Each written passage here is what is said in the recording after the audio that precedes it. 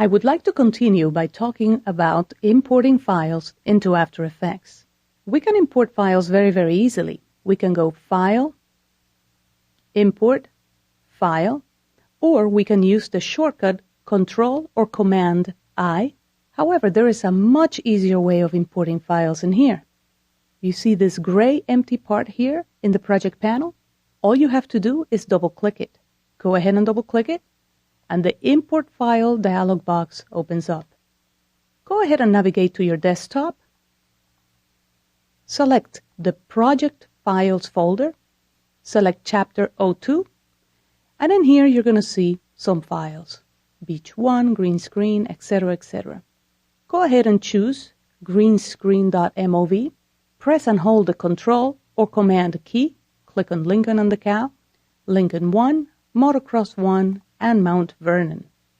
Go ahead now and click on Open. All of these files are now in the project panel.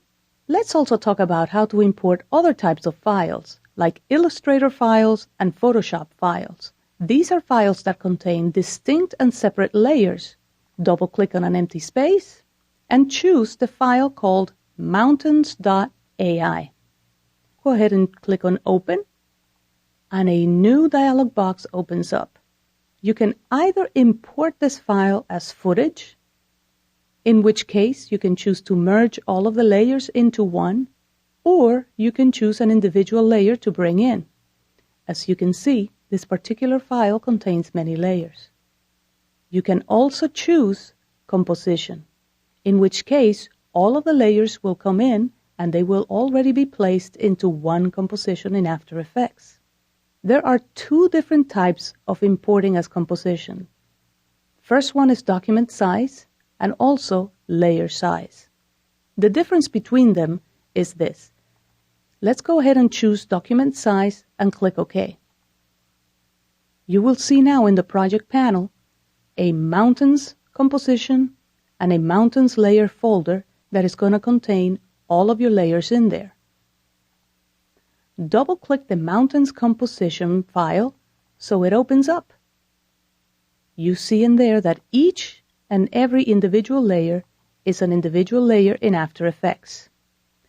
As you select the distinct layers, notice in the comp panel in the monitor up here, the center point here, also known as the anchor point, will always be in the same place no matter which layer you select. Let's go ahead and import this file again. Double-click on an empty space, choose mountains.ai and click on Open. This time, where it says Footage Dimensions, choose Layer Size and click OK. Double-click the Mountains 2 composition and now select different layers in the timeline. Notice now that each individual layer has the anchor point in the center of that particular layer and not in the same place for all of the layers. In other words, each layer is the size of the layer and not the size of the entire document. Photoshop files also work like this.